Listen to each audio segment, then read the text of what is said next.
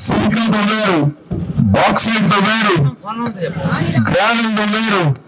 ఇలా ఎక్కడ ఈ ఖనిజ సంపద రాష్ట్రం నలుమూలల ఎక్కడ దొరికితే అక్కడ తవ్వి అవి పక్క రాష్ట్రాలకి పక్క దేశాలకి ఎగుమతి చేసి, అదేవిధంగా మందు అంతా కూడా డిజిటల్ పేమెంట్స్ తీసేసి క్యాష్ రూపంలో మందు తీసుకొని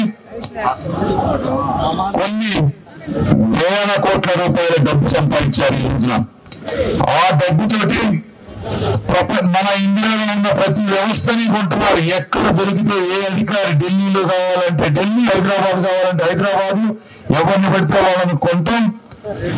సీఎం లాంటి వ్యక్తులను అరెస్ట్ చేయటం, మీడియాని సోషల్ మీడియాని మేనేజ్ చేయటం, అధికారులను మేనేజ్ చేయటం. మరి ఈ రోజు మరీ బరి తెగించి ఓట్లకి ఎంత డబ్బు ఇస్తున్నారో మీ అందరికీ తెలిసే ఉంటుంది. ముఖ్యంగా పవన్ కళ్యాణ్ గారిని కానీ లోకేష్ గారిని కానీ తెలుగుదేశం పార్టీలో ఉన్న బలమైన నాయకులందరినీ దెబ్బ కొట్టడం కోసం ఈ అవినీతి సొమ్ము తీసుకొచ్చి కట్టలు కట్టలుగా మనుషుల్ని కొనేటువంటి పరిస్థితి. ఇవన్నీ కూడా మీరు అర్థం చేసుకున్న తెలుగుదేశం పార్టీ కార్యకర్తలు వాళ్ళు ఇచ్చినట్టుగా తెలుగుదేశం పార్టీ ఖర్చు పెట్టలేదు. ఎందుకంటే మనం ఎప్పుడు కూడా ఇంతటి అవినీతి చేయలేదు. మీరు ఆలోచించి మీరు ఇచ్చేటువంటి ఓట్ల తీర్పు అద్భుతంగా ఉండాలి.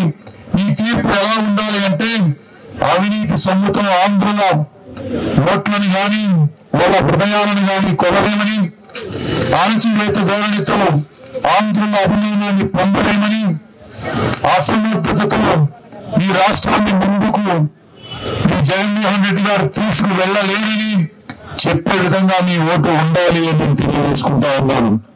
ఇది కాకుండా రేపు మేము అధికారంలోకి వచ్చిన తర్వాత ఈ ప్రాంతంలో గంజాయి లేకుండా చేయటం మా బాధ్యత, కల్తీ లెక్కలు లేకుండా చేయటం మా బాధ్యత,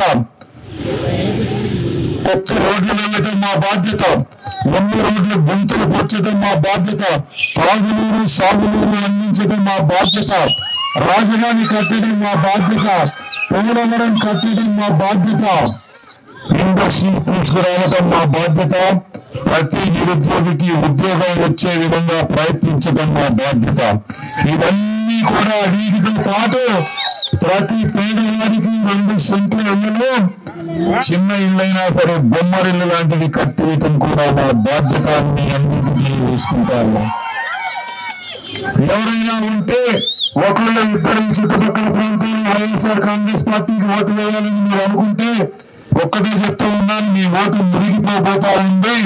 మీరు కూడా మంచి వైపు, ధర్మం వైపు, నీతి వైపు, నిజాయితీ వైపు, అభివృద్ధి వైపు అడుగులు వేయాలని,